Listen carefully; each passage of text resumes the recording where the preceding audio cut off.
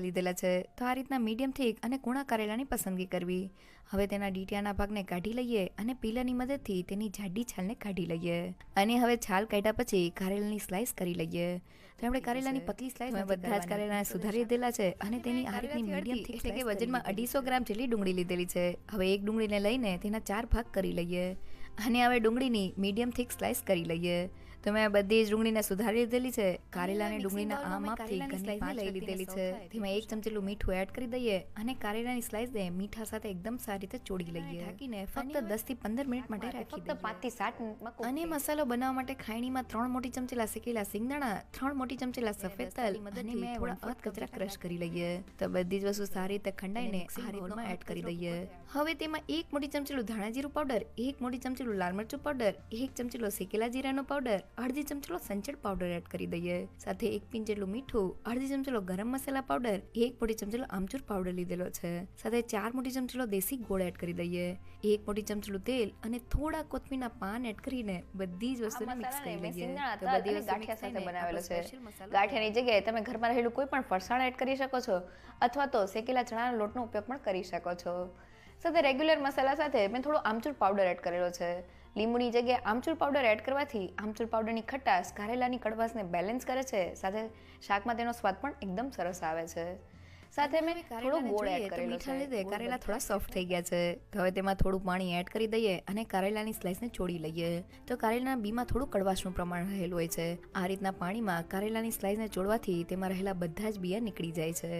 તો તમે જોઈ શકો છો કે પાણીમાં આ રીતના ઉપર બિયા તરવા લાગ્યા છે. તો હવે કારેલાની સ્લાઇસને હાથમાં લઈને 2 હાથ વચ્ચે દબાવી દઈએ જેથી તેમાં રહેલું વધારાનું બધું જ પાણી નીકળી જાય. અને હવે તેને મિક્સિંગ બાઉલમાં રાખી દઈએ. અને હવે કારેલા થોડા કોરા થઈ ગયા છે. તો તેની પર 2 મોટી ચમચીલો ચણાનો લોટ એડ કરી દઈએ અને કારેલાની સ્લાઇસને લોટથી એકદમ સારી રીતે કોટ કરી લઈએ. તો તમે જોઈ શકો છો કે લોટનું એકદમ તેલમાં કારેલાની સ્લાઇસને એડ કરી દઈએ અને મીડિયમ ગેસની ફ્લેમ પર તળી લઈએ. તો લગભગ 5 થી 6 મિનિટ જેવું થઈ ગયું છે અને છરીની મદદથી કારેલાની સ્લાઇસને ચેક કરીએ તો તે થોડી સોફ્ટ થઈને 90% જેવી કૂક થઈ ગઈ છે. તો હવે તેને ઝારામાં લઈ લઈએ. તો એકદમ ક્રિસ્પી કોટ કરીને જ્યારે આપણે તેલમાં તળીએ છીએ ત્યારે તેની ઉપર એક ક્રિસ્પી કોટિંગ થઈ જાય છે. સાથે કારેલા સોફ્ટ થઈને 90% જેવા કૂક પણ થઈ જાય છે. અહીંયા સ્લાઇસને તળતી વખતે આપણે ગેસની ફ્લેમ મીડિયમ રાખવાની છે, વધુ પડતી હાઈ નથી રાખવાની. અહીંયા જો તમારે કારેલાની સ્લાઇસને તેલમાં તળવી ના હોય તો તમે થોડા ઓછા તેલમાં છે. ગરમ તેલમાં 1 ચમચીલું જીરું, અડધી ચમચીલી રાઈ, 1 ચમચીલી લીલી વરિયાળી એડ કરી દઈએ. સાથે 1 પિંચ હિંગ અને થોડા લીમડાના પાન એડ કરી દઈએ અને તેને હાઈ ગેસની ફ્લેમ પર સારી રીતે સાતળી લઈએ. તો ડુંગળીને સાતળતી વખતે આપણે ગેસની ફ્લેમ હાઈ રાખવાની છે. તો લગભગ 2 થી 3 મિનિટમાં ડુંગળી એકદમ સારી રીતે સતળાઈને ટ્રાન્સપરન્ટ થઈ ગઈ છે. આપણે તેને બ્રાઉન નથી કરવાની. તો હવે મેં અહીંયા 1 મોટી ચમચીલી મરચા, આદુ અને લસણની પેસ્ટ લીધેલી છે. તેને એડ કરીને સારી રીતે સાતળી લઈએ. તો લગભગ 1 થી 2 મિનિટમાં જ આદુ, મરચા અને લસણ એકદમ સારી રીતે સતળાઈ ગયા છે. તો હવે વઘારમાં અડધી ચમચીલો હળદર પાવડર એડ કરીને તેને સારી દઈએ. સાથે સ્વાદ પ્રમાણે મીઠું એડ કરીને બધી જ વસ્તુને મિક્સ કરી લઈએ. સ્પેશિયલ મસાલાને શાકમાં એડ કરી દઈએ. ઢાંકણ ઢાંકીને શાકને ધીમા ગેસ પર 5 થી 7 મિનિટ માટે કૂક કરી લઈએ. તો લગભગ એકદમ સરસ ફ્લેવર સાથે આપણું શાક બનીને તૈયાર થઈ ગયું છે. ગેસની ફ્લેમ બંધ કરી દઈએ અને તૈયાર થયેલા શાક ઉપર થોડા કોથમીરના પાન સ્પ્રિંકલ કરી લઈએ. જોતા જ ખાવાનું મન થઈ જાય એવું પછી આપણે તેને ધીમા ગેસ પર ફક્ત 5 થી 7 મિનિટ માટે કૂક કરી લેવાનું છે, જેથી મસાલાની બધી જ ફ્લેવર કારેલામાં આવી જાય અને કારેલા 100% કૂક થઈને સોફ્ટ થઈ જાય. તો તૈયાર થયેલા કારેલાને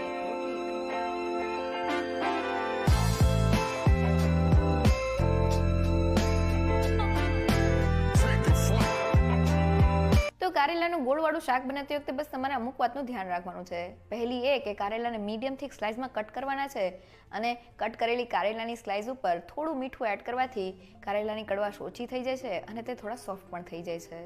સાથે એક સ્પેશિયલ મસાલો તૈયાર કરવાનો છે જેની સાથે શાકનો સ્વાદ એકદમ વધી જાય છે અને તેની કડવાશ પણ ઓછી થઈ જાય છે.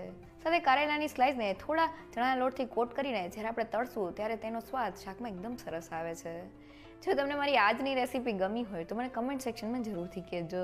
સાથે મારા વિડીયોને લાઇક અને ફ્રેન્ડ્સ અને ફેમિલીમાં શેર કરજો અને મારી ચેનલને સબસ્ક્રાઈબ કરવાનું ના ભૂલશો. તો ફરી મળીએ એક નવી રેસીપી સાથે.